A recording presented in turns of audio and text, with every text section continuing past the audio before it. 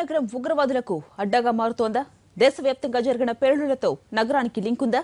హైదరాబాదే safe place గా ఉగ్రతండాలు భావిస్తున్నాయా అంటే అవుననే సమాధానం వస్తోంది. ఒకటా రెండా? దేశంలో ఎక్కడ ఏ పేలుడు జరిగినా దానికి హైదరాబాద్ తో లింక్ అయి ఉంటోంది. తాజాగా 2003 అహ్మదాబాద్ వరుస పేలుళ్ల ప్రధాన నిందితుడు గులాం జాఫర్ హైదరాబాద్ లోనే దొరికాడు.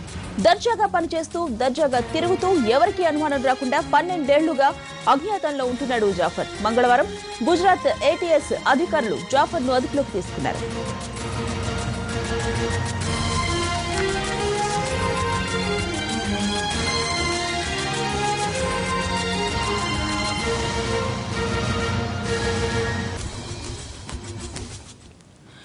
యాభై ఏళ్ల జాఫర్ హకీంపేట ఐఏఎస్ కాలనీలో 2003 అహ్మదాబాద్ పేలుళ్ల తర్వాత కుటుంబంతో సహా హైదరాబాద్ కు మకాం మార్చాడు. ట్రైలర్ గా పనిచేస్తూ ఎవరికీ అనుమానం రాకుండా నివాసం ఉంటున్నాడు. జైషే మహమ్మద్, లష్కర్ తోయిబాతో జాఫర్ కు సంబంధాలున్నాయి. అంతేకాదు అహ్మదాబాద్ వరుస పేలుళ్ల కేసులో ప్రధాన నిందితుడు కూడా. గోద్రా అల్లర్ల తర్వాత ప్రతీకార దాడుల కోసం యువకులకు ఆయుధాలు, పేలుడు పదార్థాలు సరఫరా చేస్తున్నాడు. హైదరాబాద్ లో ఉన్నాడు అన్న సమాచారంతో గుజరాత్ ఏటీఎస్ అధికారులు విస్తృతంగా గాలించారు. చివరకు అధికారులకు చిక్కాడు ఉగ్రవాది జాఫర్. ఇవే కాదు, బీజేపీ నేత హరెన్ పాండ్యా హత్య కేసులోనూ జాఫర్ ప్రధాన నిందితుడు.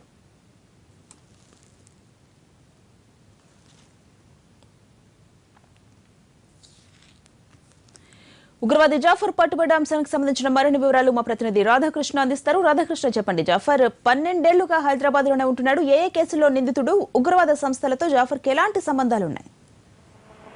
అంబిక, ప్రధానంగా గుజరాత్ కు చెందిన ఇతను గులాం జాఫర్ షేక్. ఇతను 12 ఏళ్ల క్రితం హైదరాబాద్ కు వచ్చాడు. 2003లో జరిగిన వరుస పేలుళ్ల కేసులో ఇతను నిందితుడిగా ఉన్నాడు. ఆ తర్వాత గోద్రా అల్లర్లకు సంబంధించిన దాంట్లో ఎవరైతే యువకులు అల్లర్లకు పాల్పడ్డారో వాళ్లకు ఇతను తుపాకులతో పాటు పేలుడు పదార్థాలు అందించడం జరిగింది. ఆ తర్వాత అక్కడి నుండి అతను కుటుంబంతో సహా హైదరాబాద్ కు వచ్చాడు. బేగంపేటలో ఒక టైలర్ షాపు పెట్టుకొని ఆ తర్వాత టౌలీ చౌకీలోని హకీంపేటలో ఐఏఎస్ కాలనీలో అతను నివాసం ఉండడం జరిగింది. ఎవరికి ఎలాంటి అనుమానం రాకుండా, ఎక్కువగా ఇతను ఇంట్లోంచి కూడా బయటికి రాకుండా కేవలం టైలర్ షాప్, ఆ తర్వాత ఇంటికి మాత్రమే ఇతను వచ్చేవాడు. ఆ విధంగా తన రహస్య జీవితాన్ని గడుపుతూ ఉన్నాడు.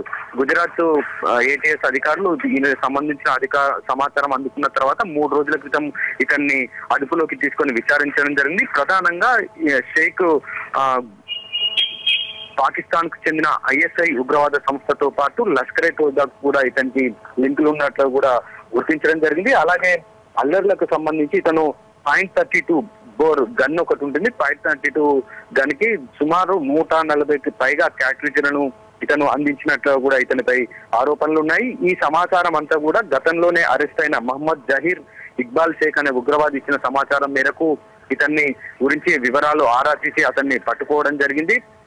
ఏటీఎస్ అధికారులు హైదరాబాద్ కు వచ్చిన తర్వాత ఐఏఎస్ కాలనీలో నివాసం ఉంటున్న గులాం జాఫర్ షేక్ సంబంధించి మఫ్టీలో, వీళ్ళంతా కూడా యూనిఫామ్ లో కానీ లేకపోతే మఫ్టీ పోలీస్ అన్న వేషం కాకుండా మారు వేషాల్లో తిరుగుతూ అతని గురించి సమాచారం సేకరించి పక్కా సమాచారం తర్వాత అతన్ని 3 రోజుల క్రితం రాత్రి సమయంలో లిఫ్ట్ చేసి తీసుకొని వెళ్లారు. ఇక్కడి నుండి తీసుకొని వెళ్తున్న సమయంలో బంజారా హిల్స్ పోలీసులకు కూడా కొంత సమాచారం అందించడం జరిగింది. అతనికి సంబంధించిన ఫోటో కాపీతో పాటు సెక్షన్ 82 ఐపీసీ కింద అతన్ని అరెస్ట్ చేసినట్లు కూడా బంజారా పోలీసులకు నోటీసు ఇచ్చి గుజరాత్ ఏటీఎస్ అధికారులు అతన్ని తీసుకొని వెళ్లడం జరిగింది. ఇతని పైన ఈ గుజరాత్ లో అనేక కేసులు ఉన్నాయి. అలాగే హరన్ పాండ్యన్ బీజేపీ లీడర్ కు సంబంధించిన హరన్ పాండ్యన్ హత్య కేసులో కూడా ఇతను ప్రధాన నిందితుడిగా ఏటీఎస్ అధికారులు తేల్చడం జరిగింది. మొత్తం ఇతని పైన ఇటు ఉగ్రవాద కార్యకలాపాలతో పాటు ఇటు విశ్వ హిందూ పరిషత్, బీజేపీకి సంబంధించిన నాయకుల హత్యకు కుట్ర పన్నాడు అన్న ఆరోపణలు ఉన్నాయి.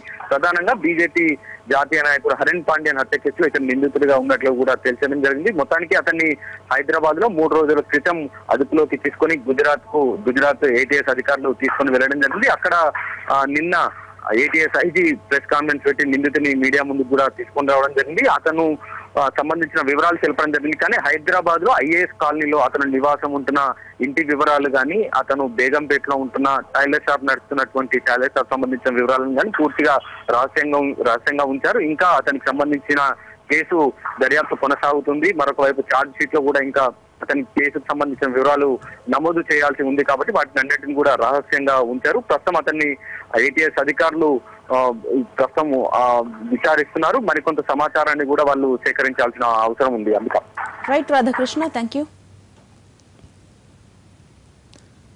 పోలీసులు